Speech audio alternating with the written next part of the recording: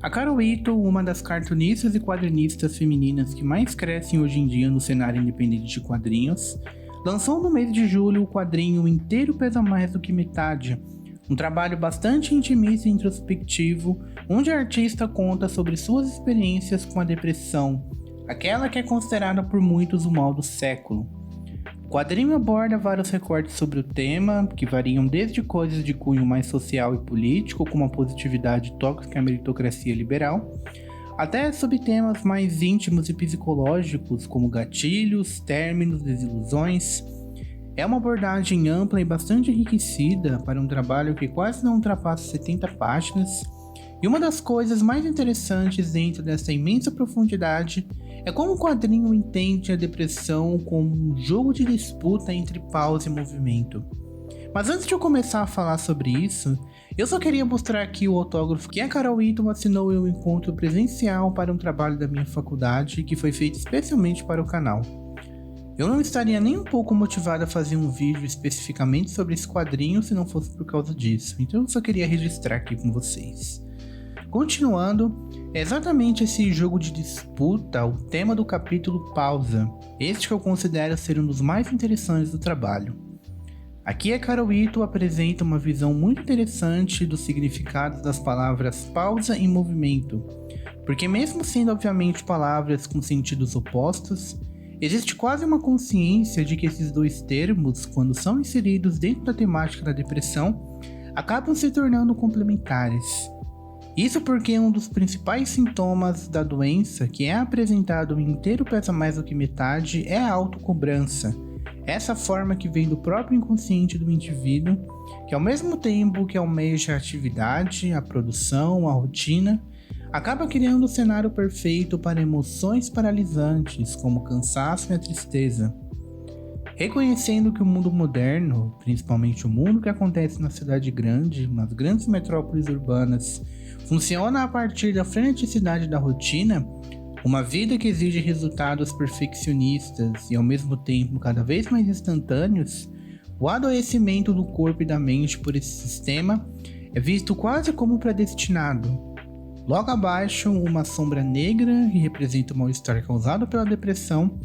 revivendo um dos maiores e também piores lemas meritocráticos liberais, tanto vendidos pelas palestras de coach e livros de autoajuda. É interessante que, sendo artista independente, um profissional que teoricamente não possui patrões e segue a própria rotina de trabalho, a Carol Ito parece sentir isso na pele de uma forma ainda mais intensa. Se por um lado o artista independente não vive a vida densa e massiva dentro de uma empresa, não seguindo as regras impostas por 4 paredes de escritório,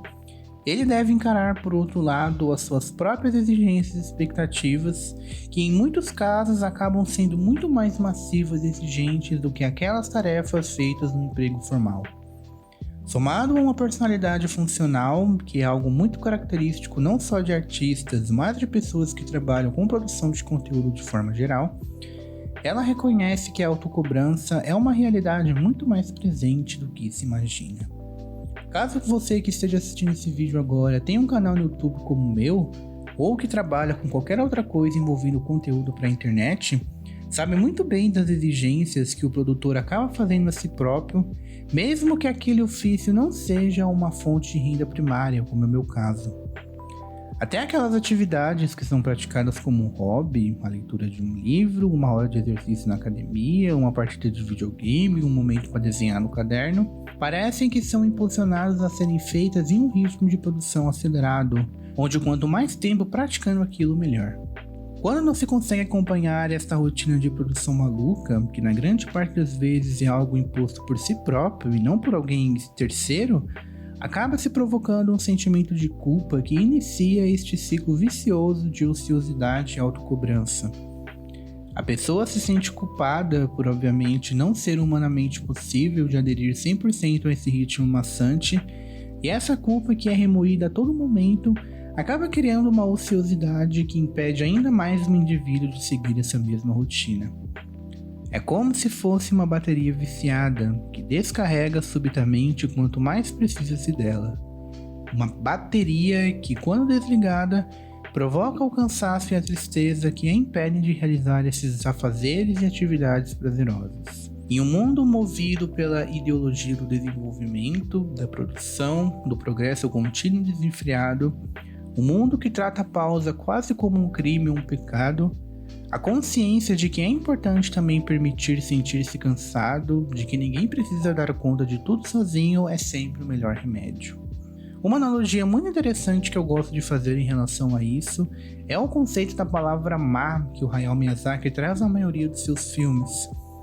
Essa palavra na língua japonesa tem o significado de vazio, mas não vazio dentro da concepção de espaço, de algo que é meramente oposto ao cheio,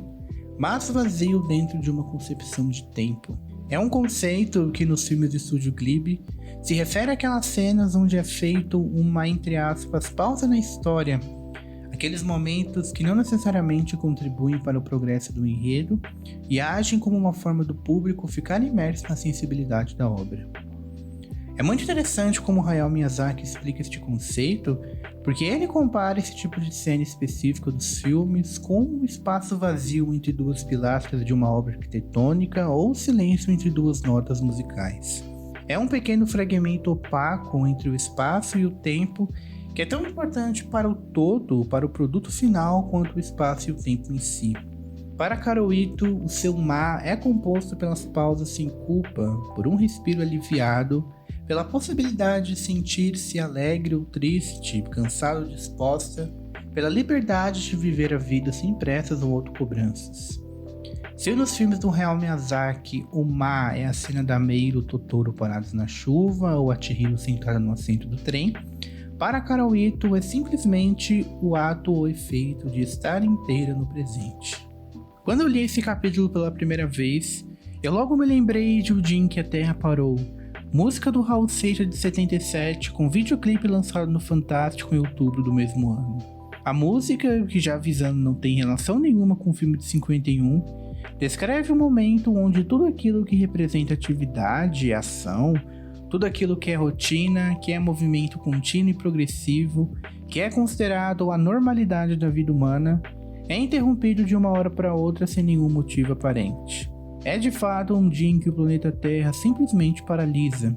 O que é interessante nessa música é que esse cenário, ao mesmo tempo que é real, algo de caráter utópico, já que isso faz parte do sonho de sonhador, do sonho de maluco do próprio Raul Seixas,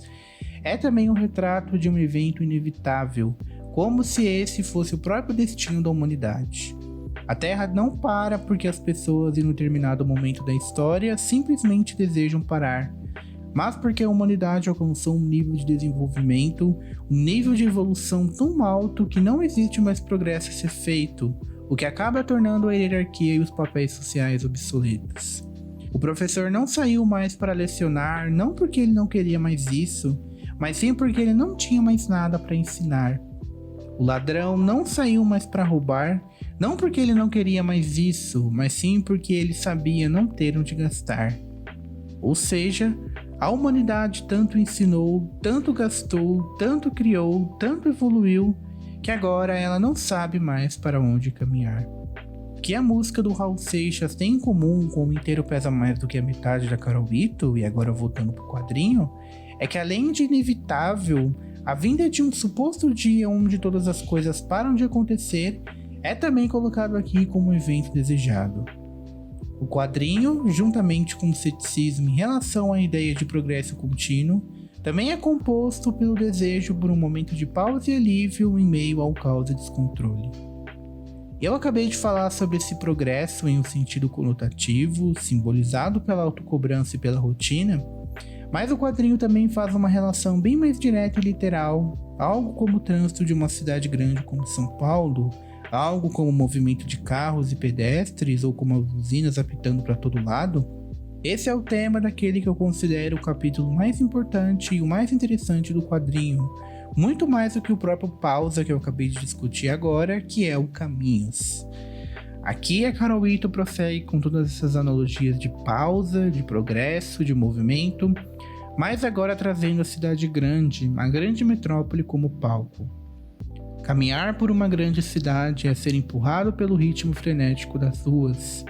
é tornar-se um mero agente passivo de um processo funcional alheio ao indivíduo, fazer parte de algo de forma involuntária à sua vontade. É quase como ser tomado por um impulso, por uma série de emoções negativas que passam a ter controle sobre as ações do indivíduo. A metáfora entre os sintomas da depressão, minhas vivências da cidade grande, continuam com uma série de outras comparações, como a incapacidade de atravessar uma avenida sem ouvir as buzinas dos carros, o modo como a velocidade urbana exclui pessoas com mobilidade reduzida, a forma como é exigido que as pessoas estejam sempre saudáveis. Mas o que eu realmente quero destacar aqui é que o Caminhos trabalha a depressão como uma espécie de metáfora visual. Isso não sou eu que estou dizendo, mas a Giovanna Bartucci, a professora e psicanalista formada pela UFRJ, que escreveu o pós-fácil do quadrinho. Praticamente todas as analogias que eu apontei aqui foram coisas tiradas desse texto, que mesmo sendo um pouco curto, é interessante de ser lido para entender mais a fundo como a Carol Ito quis representar a depressão no trabalho. Primeiro que metáfora visual, segundo a Giovanna, foi o termo que a própria Carol Ito usou para se referir à obra. Uma metáfora que representa um corpo, algo que ela chama de dentro de si, provavelmente uma expressão vinda da psicanálise, que rejeita essas demandas e exigências do mundo externo. Uma rejeição cuja principal consequência direta é o rosto fantasmagórico da culpa. Cada pequeno detalhe que compõe o típico cenário urbano, o ritmo frenético das ruas, as buzinas impacientes, a ameaça do atropelamento, se transformam na visão da Giovanna Bartucci em simbologias visuais que apresentam os sintomas da depressão de uma forma um pouco mais moída para o leitor. É através dessas metáforas visuais que acabamos por compreender que, assim como a depressão, a grande cidade é também o grande mal do século. Eu só consegui entender o que a Carol Ito e a Giovanna Bartucci falam sobre a depressão como metáfora visual quando, bem depois de ler o pós-fácil, eu ter me lembrado de um episódio de Um Incrível Mundo de Gumball chamado The Downer, ou na versão traduzida, A Depressão. Esse episódio da terceira temporada teve bastante destaque no desenho, porque até hoje é considerado um dos episódios mais sombrios de toda a série. Aqui na página da Fandom do desenho, por exemplo, tem até informação de que os escritores do episódio tiveram que reescrever o roteiro algumas vezes por causa disso. E eu acredito que essa informação seja bastante crucial para termos noção de como o tema depressão, ou saúde mental de forma geral, sempre é carregado de um certo desconforto, numa atmosfera pesada, mesmo a obra em específico sendo baseada em uma proposta satírica e descontraída, como é o caso de um desenho como Incrível Mundo de Gumball. Basicamente, aqui o Gumball acorda de manhã de mau humor, sem nenhuma explicação prévia, e quando os Wattersons tentam animá-lo, ele deseja que todo mundo desapareça, o que acaba de fato acontecendo na vida real. Ele descobre que com seu desejo, todas as pessoas de Elmore também desaparecem, e o Gumball começa a andar sem rumo pela cidade, até que de repente aparece uma nuvem negra, essa coisa amorfa, sombria, sem vida, que começa a tomar conta da cidade. O Gumball acaba sendo engolido por essa nuvem e só consegue se libertar dela quando faz o esforço de abandonar a sua maneira mesquinha e egoísta de enxergar a realidade, fazendo com que todo mundo apareça novamente. No final, é simplesmente revelado que tudo não passava de uma neurose da cabeça dele, que toda aquela situação fora causada por causa do seu egoísmo e de sua imaturidade. Eu descrevi o episódio de uma forma bastante resumida, mas isso já é suficiente para olharmos algumas coisas bem interessantes sobre como a depressão foi abordada aqui. A animação utiliza a mesma metáfora visual da nuvem negra amorfa e impessoal que a Carol Ito desenhou para simbolizar as emoções negativas, mas o que o episódio também possui de semelhança com o quadrinho, ou mais especificamente com o que foi dito lá no pós-fácil da Giovanna Bartucci,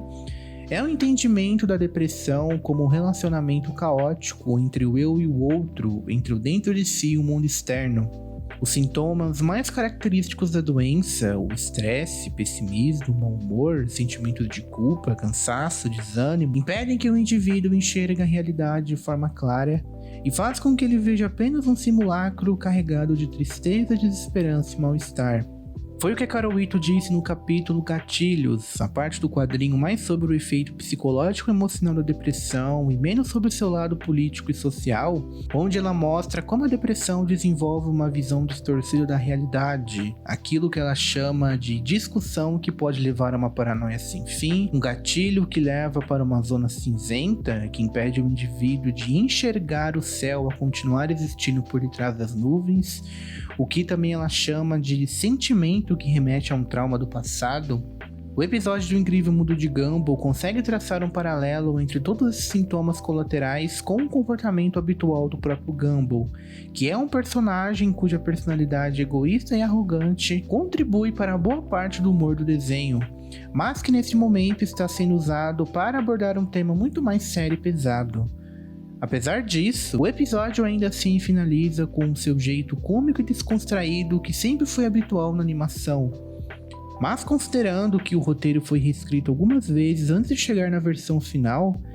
não seria estranho concluir que este final, revelando o comportamento ridículo do Gumball, se tratou menos meramente de uma forma de manter-se fiel ao estilo do humor da obra e mais de uma tentativa de romper com a essência macabra que o episódio estava alimentando até ali. Um desfecho que poderia facilmente fazê-lo ser comparado com creepypastas ou histórias de episódios perdidos que são contados por aí na internet. Enquanto isso, o quadrinho da Carol Ito direciona-se para uma conclusão que dialoga de forma harmônica com as reflexões e conhecimentos deixados no decorrer do trabalho, alimentando a ideia de representar a depressão, assim como seu tratamento através de uma metáfora não verbal. Enquanto o episódio do Incrível Mundo de Gumball faz um rompimento brusco e repentino com a metáfora visual até então utilizada para representar a doença, no caso a nuvem negra que domina a cidade de Elmore, o inteiro pesa mais do que a metade. Ao invés de fazer o símbolo da depressão desaparecer quase de forma mágica, tem a ideia de criar um segundo símbolo, uma segunda metáfora visual para representar não mais a doença, mas o seu tratamento. Se a depressão é uma nuvem negra amorfa, uma sombra que destrói a cidade e contamina a mente do indivíduo, o tratamento são linhas desenhadas livremente que transformam o papel branco em um mosaico colorido, traços de um desenho que carrega consigo a pausa em meio a uma rotina movimentada, assim como os espaços vazios que compõem uma obra de arte, a paz de um mundo que aboliu as hierarquias dos papéis sociais obsoletos, as metáforas visuais que nos ajudam a compreender melhor a dor e o sofrimento, mas, antes de tudo, linhas que desenham o único caminho para seguirmos inteiras e inteiros, nunca metade.